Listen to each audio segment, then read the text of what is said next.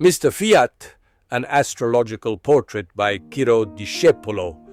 Many people wonder, sometimes thinking of Gianni Agnelli, simply called by many the lawyer or even the owner of Fiat, whether he would have reached the honor of the chronicles, even if his name had not been Agnelli, and if he had not had many tens of billions of lire behind him. The doubt about the personal merit with which this very well-known character managed to gain international favor and prestige is more than legitimate, given that the shadow of a prepackaged destiny for him seems to be inevitable in a case like this. Would it have been possible to hypothesize a mediocre, obscure, flat destiny for the scion of the most important, at least in the economic sense, Italian family? History tells us yes, and suggests an almost endless list of princes, kings, popes, and leaders who have gone down in the future chronicles more for their insipidity than for the position they occupied. But could this divert us from our discussion and the question which is, would Gianni Agnelli have been the first industrialist in Europe? Newsweek, with another surname and starting from nothing or from little. Judging by his horoscope, it would seem not. He certainly would have been what he is today in terms of his human character, physical profile, etc., but it would be very difficult, if not impossible, for him to have been able, in an alchemy of will, ingenuity, creativity, strength, perseverance, and luck, to create Fiat as his grandfather, Senator Giovanni Agnelli, did. It is a common opinion that to succeed in enterprises such as the creation of the Turin automobile giant, to emulate the deeds of men such as the industrialist Ford, and at lower levels Olivetti, Pirelli, Borghi, etc., many significant personal qualities are needed, among which ambition, courage, strength, obstinacy, inventiveness certainly stand out. Qualities that do not exclude the role played by historical processes in the formation of the various small economic industrial empires that have remained famous for the name of the person who first wanted them, but which have been of enormous importance for the success of individual enterprises. There is then another qualifying element of the character that we can baptize as Giovanni Agnelli Sr., and that is the stomach ulcer. It does not necessarily have to be the bloody fistula that torments many representatives of the sign of Cancer and Capricorn, but it can be considered as the emblem of a permanent psychological state that we could summarize in the word pathos. In other words, the state of stomach ulcer is the index of the degree of affectivity of the individual with respect to problems in general, or his emotional participation in the events of daily life. Where there is no suffering, there is no interest, and where there is no interest, there can be no struggle for improvement, for expansion, for an ambitious goal. If we compare the Gianni Agnelli Valensis with the attributes mentioned, we realize that some ingredients are missing. It is not a stomach ulcer. The latter is present in the lawyer's horoscope and is related to the opposition Sun Saturn, and to the square Saturn ascendant, and to the sign of Capricorn in the first house. The disharmonious aspects between Sun and Saturn indicate, as Barbeau says, the presence of a rigid and severe superego, often in relation to an overly harsh education, under the influence of a cold, distant, hostile, or severe father, or in the absence of any paternal influence, that leads to prejudices demanding moral principles, suffocating scruples, inhibitions, mechanisms of impotence, refusal to live, melancholy, renunciation, a sense of guilt and self-punishment. The stomach ulcer, the share of destiny. Gianni Agnelli experienced it above all as a moral legacy, as highlighted by Federico Capone and the Astrum Group in one of their writings. Giovanni II, or Agnelli III, in short, our Gianni Agnelli, lost his father at the age of 14, and from that moment his grandfather, the senator, and Vittorio Valletta, set out to become his two guiding figures, but also his shadow. These two men who put moral rigor and dedication to work before everything else were to be for the future president. A reminder of his responsibilities, the finger of the Inquisition pointing at his mistakes, the moral yardstick, the measure and weight of his actions. In an interview with Massimo Fini, Susanna Agnelli recalls that Valletta once had the young Gianni accompany him to the United States and demanded that during the flight from Italy to New York, he read 47 treatises on the topics he would have to discuss with the Americans. The lawyer held accountant Valletta in high esteem, even though he detested him for his lack of flexibility. The latter had a good opinion of our man, so much so that the last time he spoke at the Fiat shareholders' meeting during the handover, he said, "Dr. Agnelli is not just the grandson of his grandfather." The sentence brings us back to the previous discussion. It was said, therefore, that the stomach ulcer is there, and there is also courage, strength, and inventiveness.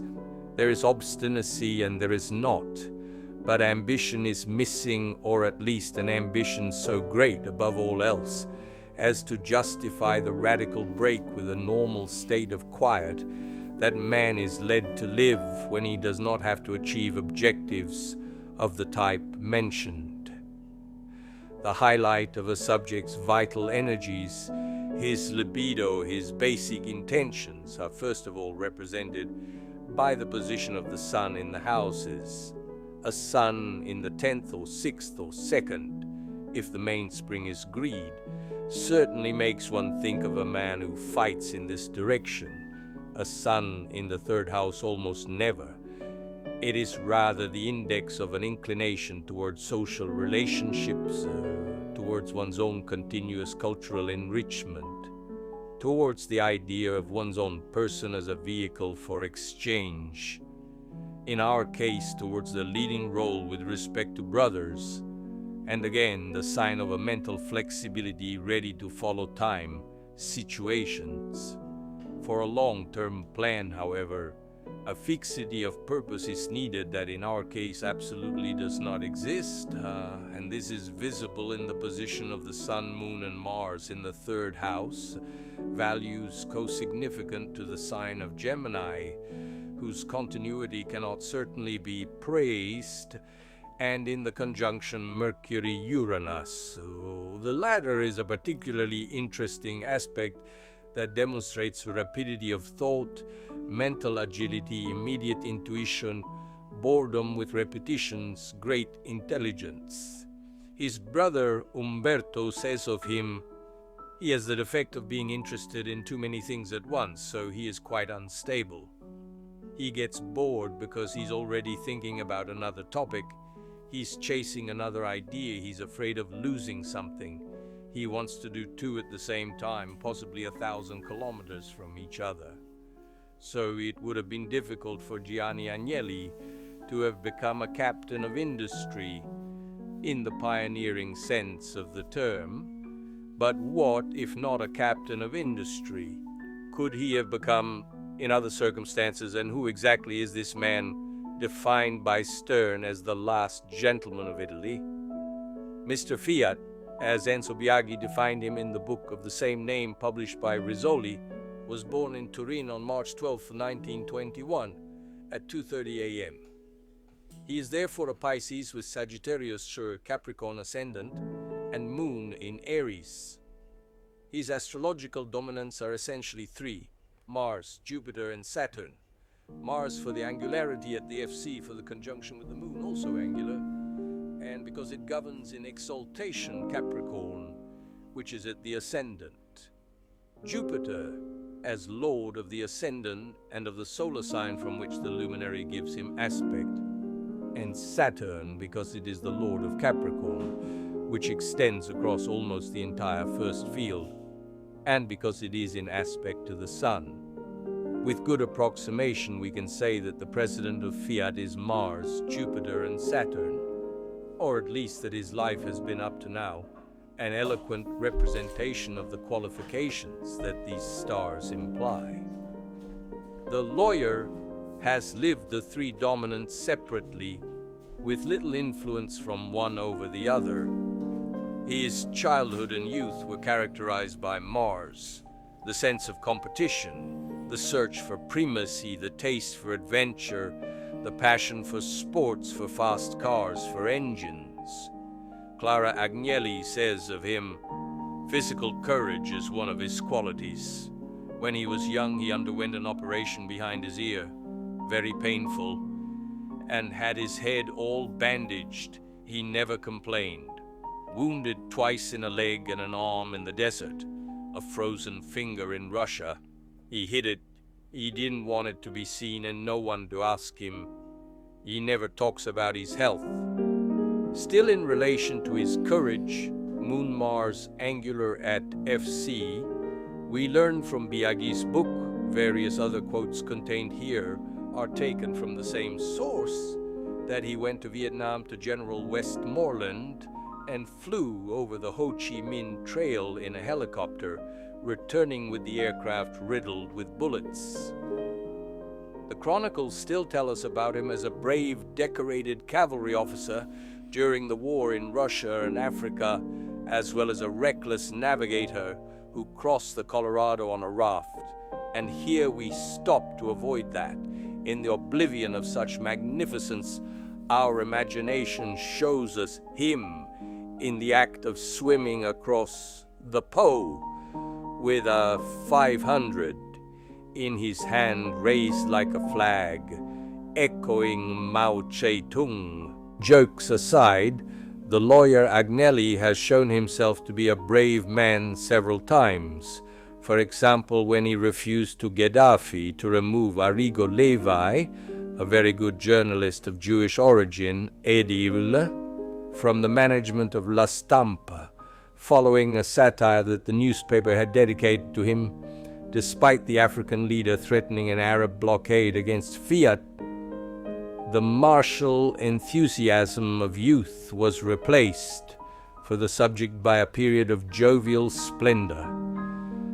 These are the years of grandeur, of pomp, of the good life, of women, of worldliness. It is the least heroic period, but certainly the one that brought him the most fame.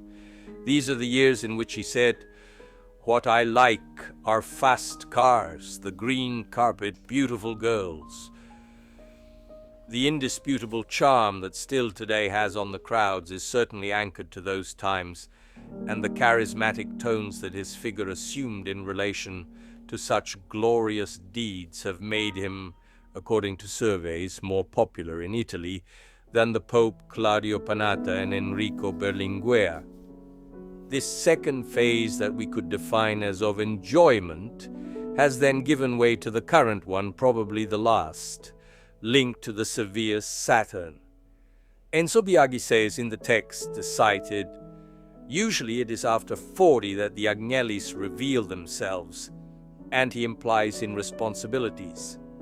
The youthful ardor and the splendor of maturity have been replaced by the awareness of the years of meditation. His field of vision shifts, and to the journalist's question, "What does the name Agnelli mean to you?" he replies, "Responsibility." In this perspective, he now lives his family role as the continuator of the work of Giovanni Agnelli and Vittorio Valletta. This is how Fortebraccio, the satirical journalist of the Unità, sees him today. "Lawyer Agnelli seems to me to be one of those ladies who, having been easy in their youth, later become impeccable mothers, but there is always deep down in their wisdom a hint of cruelty that you never know whether it is due to repentance or regret." In addition, The horoscope tells us about his internationalism, marked the third and ninth axis, his profession, and the death of his father, engines and mechanics symbolized by Mars in Yekfeifurv, his unexpected decisions in financial matters, the Fiat petrodollar affair, etc., etc. Who Gianni Agnelli is seems to emerge from what has been debated so far. But what could he have done if not the industrialist billionaire? In the humble opinion of the writer, he would have been an excellent, in the sense of personal fulfillment, cavalry officer at the time of the Savoyan Cavour. But he is not and seems to appreciate the current situation, even if he says, thinking of himself, "A poor person is one who can determine very few decisions in his life because they are made by others. But there are also rich people who are unable to establish almost anything." Ciro Discepolo, L977, on Astra, and then in the book Gli Astri del Successo.